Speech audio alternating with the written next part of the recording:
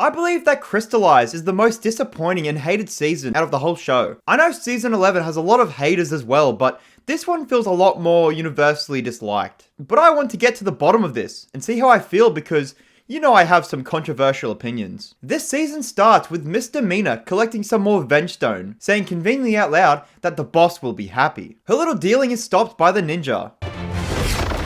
I mean, I'm not wrong. They are the ninja. These new ninja aren't appreciated by Mr. Mina, but I'm kind of a fan of them. Some lines are corny, but they're meant to be corny. We find out it's been a year since the ninja have done any heroing, so it's likely they stopped after Nia merged with the sea. Zane's talking like a toaster, and it's because he turned off his emotions, instead of dealing with them. Everyone is still reeling since Nia's sacrifice. Even Wu. Cole seems to be the only one who's at least keeping it together, so he goes out to find the others. Kai has become a sensei of his own. He's happy to assemble the team again, but Lloyd isn't as thrilled. Lloyd believes that he can't be trusted to lead anyone again, which is kind of the complete opposite reaction he had in season 4, when he got the team back together.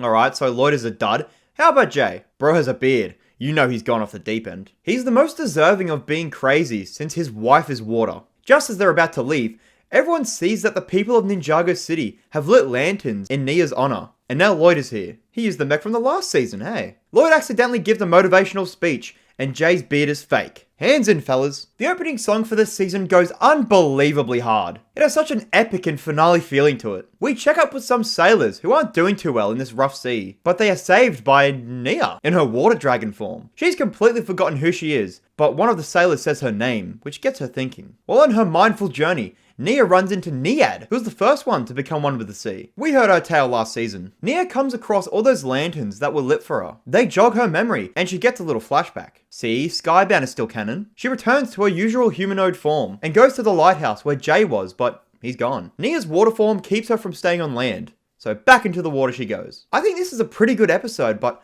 I kind of wish Nia stayed as a mindless force of nature instead of getting her memories back. Maybe over time she could have, but I don't know. I think it just undermines the drama from the end of the last season, but I'll talk more about that later. The ninja are still looking for all that Vengestone, and they're still in their other clothes. We weren't truly a team until Nia joined. Well, I wouldn't say that. Kai and Jay start to butt heads a little, but Jay has an idea. The ninja explore an abandoned subway tunnel, and they are back in their old suits. They find some Vengestone, but Mr. Mina finds them. Fighting begins. The new ninja show up to save the old ninja, and swiftly take everyone out. This little rivalry between the ninja teams is a fun idea, and it's kind of a shame they aren't in the show any longer. Everyone's a little pissed off, and Jay and Kai start to duke it out. Again, this is another great idea, and it's done way better than the Cole and Jay beef, but it's completely squashed after Nia returns. Oh, look who it is. Nia says she needs to get her powers drained to become normal again, but starts to come apart. Zane then does a police and tells her to freeze. They all get an idea of how to drain her powers, but Wu is very against it. Lloyd sticks it to him, and everyone agrees to release Asphira from prison, so she can do what she did to Kai in season 11.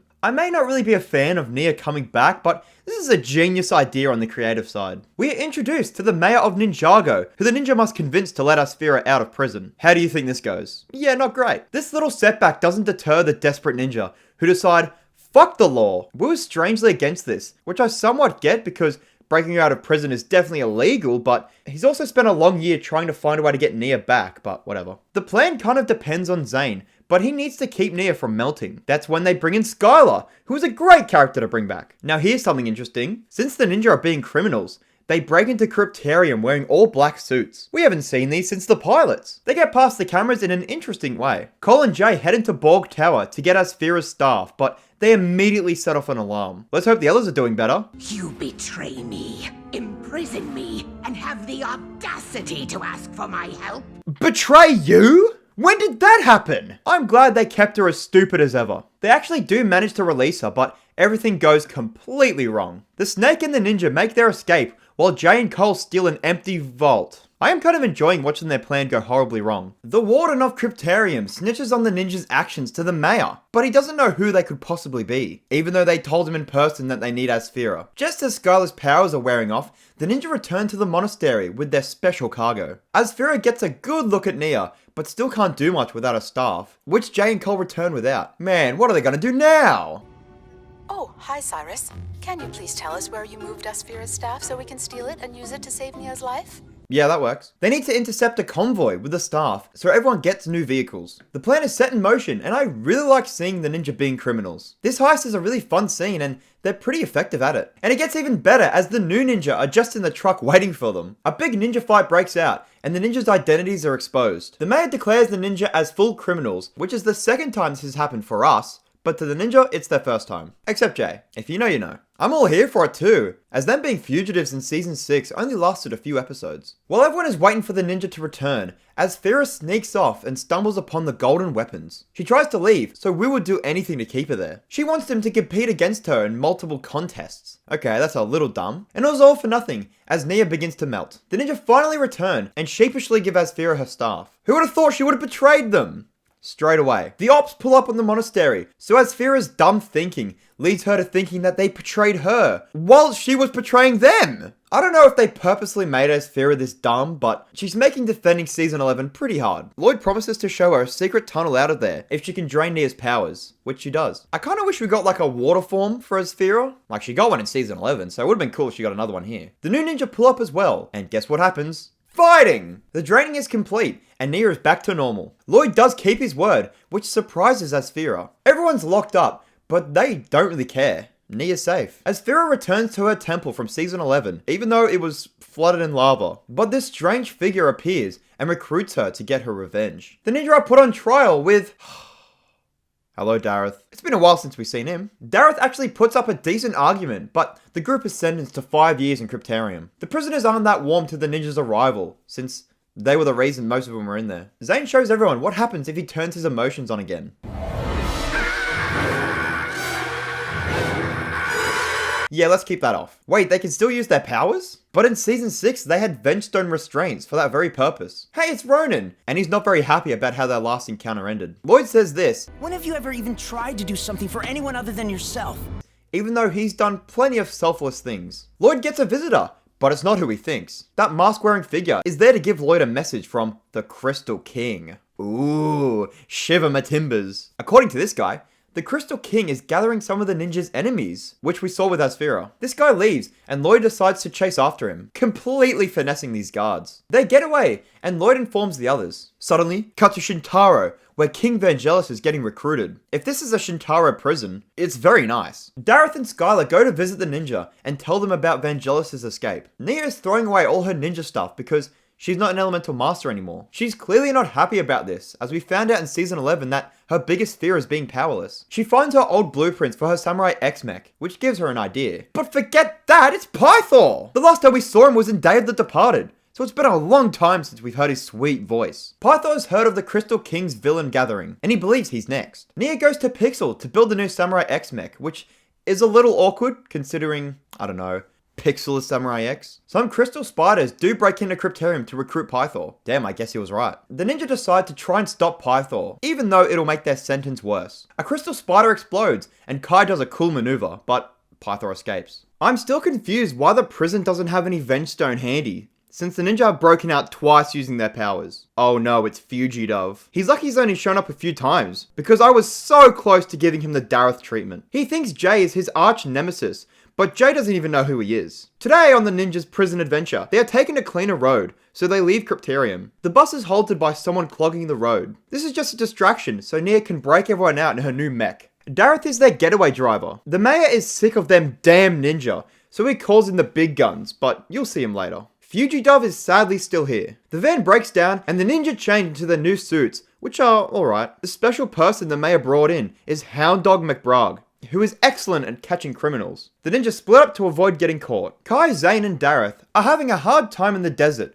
so luckily they come across Sally. She's moving to Ninjago City to be a musician, and I think Ninjago City is the worst place to live. Think about how many times it's been in crisis. Sally starts to break down after Zane asks who these people are. She's sad because she ran away from her parents and felt bad for it. The police find them, and Sally thinks they're after her, even though the ninja tell her that they're wanted felons. Hound Dog doesn't get the chance to arrest them because Sally speeds off. They fall into a river, and Hound Dog follows? Seeing Sally so sad make Zane realize that emotions are pretty cool. They help Sally return home, where her parents embrace her. Zane turns his emotions back on, and I can say this was a dumb episode. Fat filler if you ask me. The other half of the group isn't doing great either, with this little bro annoying them. Both teams are heading for Twitchy Tim's gas station, and Hound Dog is heading there as well. Even Fugitives knows about the Crystal King assembling his Crystal Council, and Lloyd gets an idea for their next move. Both teams make it to Twitchy's and have a little meeting. They need to figure out who's being recruited next, so they go through some options. Crux? Acronix? Whoa, Crux and Acronix name dropped. Kai even suggests Garmadon, but he's been MIA since March of the Oni. They eventually land on the mechanic, but before they can head out, Hound Dog arrives. Twitchy accidentally gives the ninja up, and Fugidove does something for once, and distracts the police. Back in Ninjago,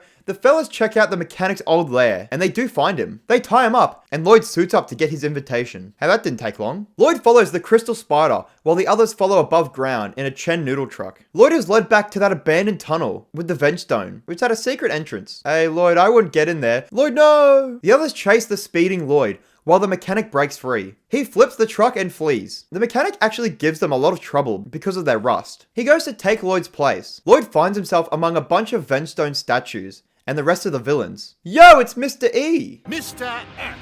He's the new model. Oh, sorry, my bad. The two serpents bicker a little bit, and that Kabuki mask figure appears. They aren't the Crystal King, however, only his first in command. They also say this line: We have an imposter among us. This season came out in 2022. You can't tell me this isn't a reference to Among Us. It has to be. Everyone starts to accuse each other, just like Among Us, and Lloyd is outed. Lloyd tries to fight, but gets knocked out. Kabuki reveals his face. Or her face. Yep, it's Harumi. Now you're probably wondering, I thought people said this season is shit, but it doesn't seem that bad. Well, I agree, but this is only part 1 of the season. Part 2 came out a couple months after this, and completely ruined the whole season. I like everything they do here, and even Harumi's reveal is pretty cool, but you'll have to see why this sucks later on. Alright, how the hell is Harumi alive? We get a little recap of Harumi's story from the Oni trilogy. She did die when that building collapsed, but she was approached by this talking black goo. She agrees to serve the goo thing, which is the Crystal King by the way, and he resurrects her. The power of the Crystal King makes her stronger, so she digs herself out of the rubble, and takes this crystal to the Oni temple where she revealed herself to Lloyd. It's pretty cool that this place has more relevance. Harumi plugs the crystal in, and there's the Crystal King. You're the Overlord. What? Yes, Overlord. No! Yep, the Overlord is once again the main antagonist of the season, which is so disappointing. This is the 3rd time we've seen him, and this wouldn't be a bad thing if the Overlord wasn't a boring-ass villain. He was alright in season 2, but he doesn't have any personality to make him special. He's just evil, which is what he's known for. But it just sucks that he's back again. Where did the crystal aesthetic come from? The Overlord orders Harumi to build him an army made of Vengestone to deal with the ninja. Now this is cool. Harumi went to Shintaro to buy the Vengestone, which ties back to Master of the Mountain. Look, she was there. It's pretty neat to see this extra layer to past seasons. Since Vangelis was busted by the ninja, Harumi needs more Vengestone, so she works with Mr. Mina to get more, which is what we saw at the start of last season. So yeah, Harumi is that mysterious Vengestone buyer. I don't know if this was planned when they made the previous seasons, but all of it tying back to one another is a great idea. Harumi tells all this to Lloyd. Her next step is to steal the golden weapons from the monastery. Are they for any important reason? Yes, I think. Hound Dog shows up to the monastery to impound the bounty because it belongs to the ninja. That doesn't really make sense. He also reads their mail. That sick bastard! The ninja are still wandering around the tunnel when they find an old train car. Keep that in mind. Lloyd is locked up in a Vengestone cage and still tries to convince Harumi to change sides. It doesn't have to be like this. Oh, give it a rest. Harumi rightfully fucks with him. She's alerted by the ninja's presence in the tunnel, so she sends some crystal spiders to blow them up. They hide in the train car and get trapped. Lloyd is so pissed off by this that his eyes start glowing purple and breaks out of his cage. He starts going apeshit. He starts using this weird purple power, which scares him. All the rubble begins to slowly crash the train car, and Cole can't use his powers due to how unstable it is. While this is going down,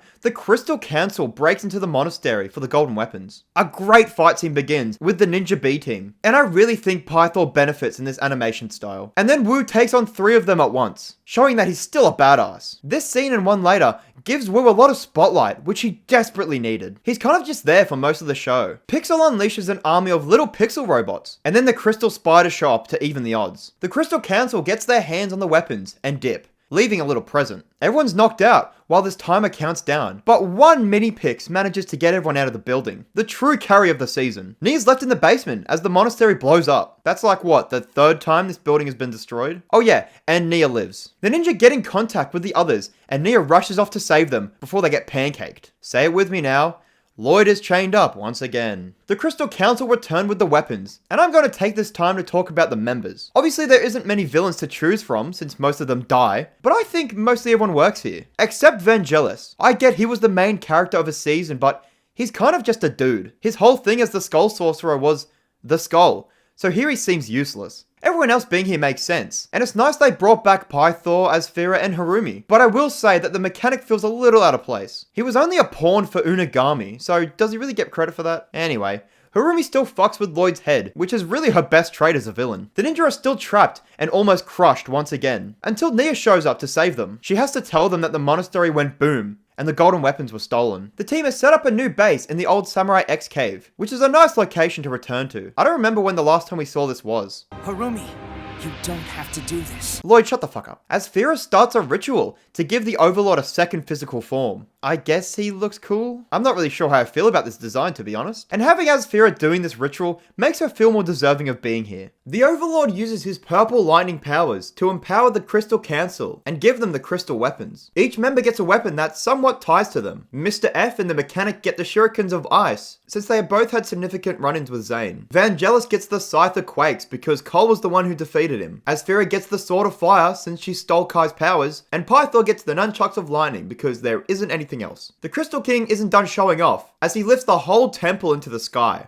And say that resistance is useless. Whoa, Resistance is Lloyd's middle name. The Overlord gives Lloyd a chance to join them, but instead, he escapes. The Overlord brings to life all the Vengestone statues, while Lloyd manages to elude all the Crystal Council. Why did they all throw their weapons? Harumi corners Lloyd and pleads for Lloyd to join her, like she really cares. Lloyd jumps off and takes Harumi with him. Baller move right there. Lloyd's tracker comes back online, so the ninja need to go get him. All their vehicles have been impounded though, so they need to steal them back. Wu is all of a sudden on board with breaking the law. What changed? You were fine with stealing some vehicles, but are against saving one of your pupils? I get it was because Asphira was involved, but still. The ninja gets some golden drip and get their vehicles back. Wu admits his past actions to not save Nia were wrong, which I guess kind of voids my point I just said. Harumi and Lloyd once again find themselves in the middle of the jungle. She makes a run for it, but this leads to both of them getting caught in quicksand. Lloyd, this shouldn't be a problem for you. There you go. The rest of the council find them, and Lloyd escapes again. Yep, that whole section with Lloyd and Harumi in the jungle was unnecessary. The rest of the team show up and fend off the council and retreat. The Overlord reveals that Harumi still has feelings for Lloyd.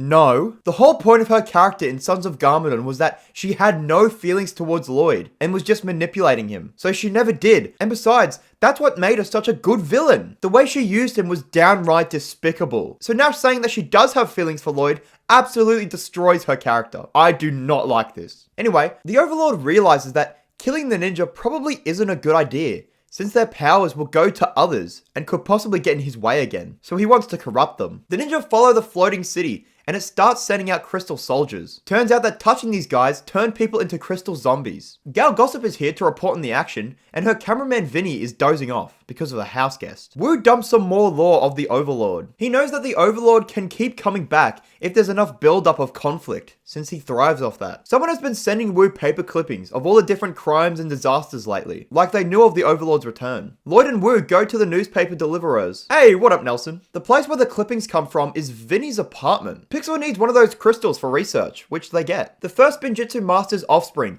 head into the building, where they find Garmadon. Lloyd and Wu are so peeved, so Garmadon tells them what happened after March of the Oni. Garmadon went on a bit of a soul search, and tried to be good as best he could. He remembered Vinny, and that little talk they had, so he went to find him. Vinny, being the real champ, let him in and helped him out. Does this make Garmadon look a little goofy? Yes, but it works towards his character development, so it doesn't really bother me. Vinny tasks Garmadon with taking care of a plant. Man, Vinny's a better teacher than Dareth. He becomes really attached to Christopherne, which Lloyd is kind of jealous of. He's still not happy with his father, if you couldn't tell. Garmadon actually reacts pretty heavily to hearing Harumi is back. I guess he liked her old character better as well. The chaos outside spills into Garmadon's apartment, and tortures Christopher. Garmadon transforms into his Oni form, which has had a much needed makeover and looks way cooler now. He starts fucking shit up and proves that Oni power is very effective against the Vengestone warriors. Wu suggests that Lloyd needs to use this power too, but, Wu, you're also part Oni. The group regroups, and Wu tells everyone of the Oni form and all that lore. The plan is for Garmadon to teach Lloyd how to use this form, since nothing else is effective against the Overlord's forces. It goes as you imagine. Wu believes that since everything has an opposite, there might be a dragon form equivalent. Wu goes to investigate. The new ninjas show up to fight the Crystal Army, but they lack plot armor. Lloyd almost gets there, but gets scared. Pixel equips the ninjas' vehicles, so now they can at least fight back. Since the Oni form is a bust, they head off with this new confidence. The ninja saves some citizens, and Wu suits up in his golden armor once again. Nia reassures Garmadon that Christopher can be saved, which gives Garmadon some hope. Nia's powers are slowly coming back. While the bounty is being attacked by weird crystal goblins, Wu heads for the island himself. The ninja are all in a sticky situation, but forget that! Wu's taken on the Overlord head on! This is honestly one of the best fights in the whole show. Wu just goes so crazy but ends up losing. The Overlord infects the whole city with his crystals, and the bounty goes down for the millionth time. Man, this season's been going on for so long. I think I need a break. We've talked about all the seasons of this LEGO show, and haven't built a single LEGO set. Well, I got a LEGO set. I really need to get a better light, so I apologize for how shit the lighting is. Here it is. Nia's Samurai X Mech. I cannot wait to build this bitch. It's gonna look great on my shelf, I think. Holy shit! I didn't think there'd be this much! I like this. We got all like the golden weapons, but they're like the newer ones, which are shit. Boom, there we go. Can't see her, but we got Nia. She's definitely there, it's just the lighting's awful. Now we got Jay. Now we got Pythor. Pythor with the nunchucks of lightning, the crystal ones. They're like stuck together. They look kind of bad, I won't lie.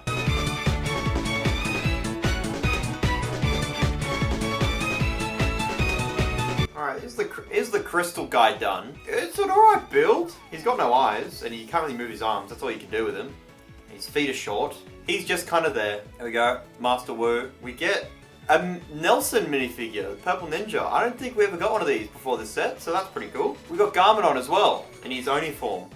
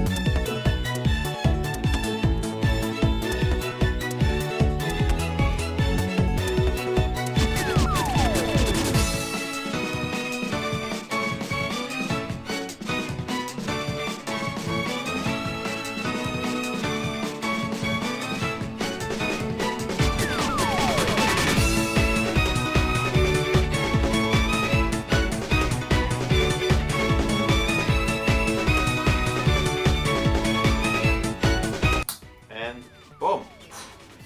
We're done.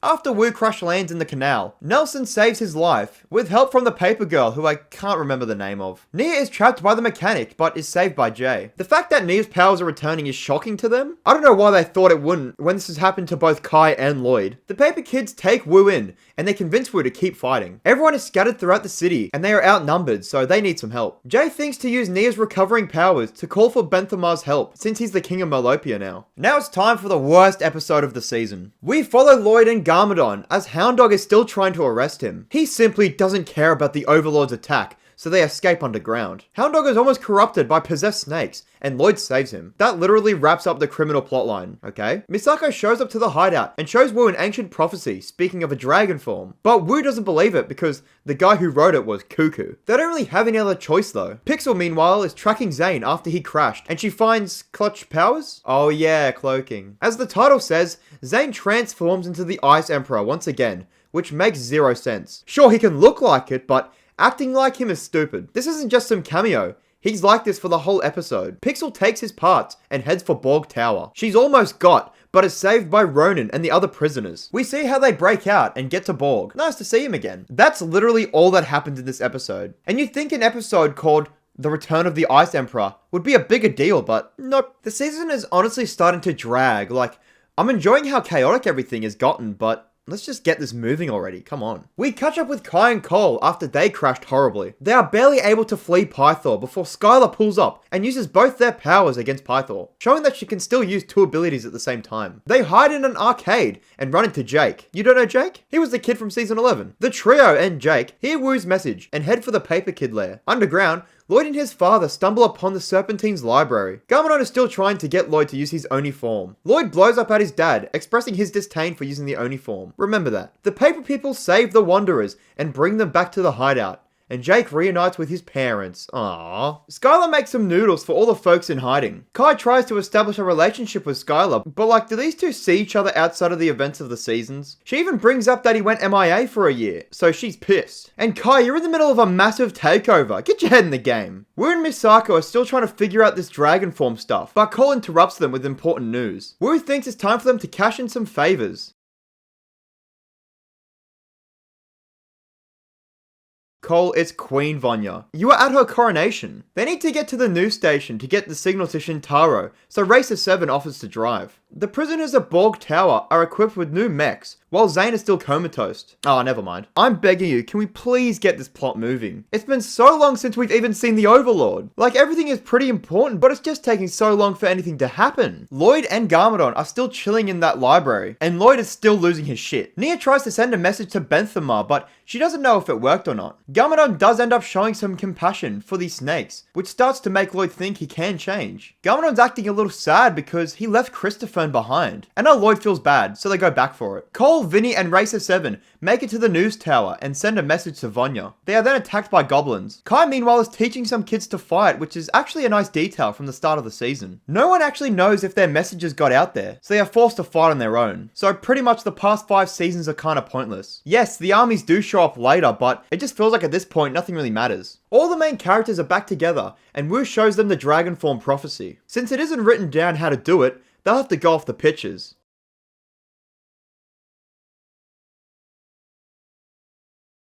I don't know if this is fun and cute because it ties back to the theme song, or just kind of cringe. Whatever it is, the ninja try it, and fail, as you could have expected. The Crystal Council have a meeting, and he's not happy with their results. Mr. F intercepts their radio message, and their codename doesn't work at all. Nelson discovers that folding the paper reveals a message. It's all nonsense to them though. Borg warns the ninja about the Overlord heading to the warehouse, so it's action stations. Everyone guards the hideout from the armies, while Lloyd and Garmadon go to confront the Overlord. The battle begins, and Garmadon gets a good hit on the Overlord. He then metamorphosizes into a new form, which is pretty effective at least. The ninja on the ground are struggling as well. I like in this big final battle, Wu uses a broom. The people of Shintaro, the Islanders, and the Merlopians all show up to help. Oh, there's also all the citizens of Ninjago. Turns out that having all their allies help is what allows them to activate their dragon forms. The ninja once again have another ability to fly. The dragon forms are alright, but you know for certain that they'll never appear again after this. Zane fights Mr. E and takes back one of his shurikens. Lloyd and Garmadon are still no match, and here it's revealed that the Overlord was the one who made Garmadon. Yeah,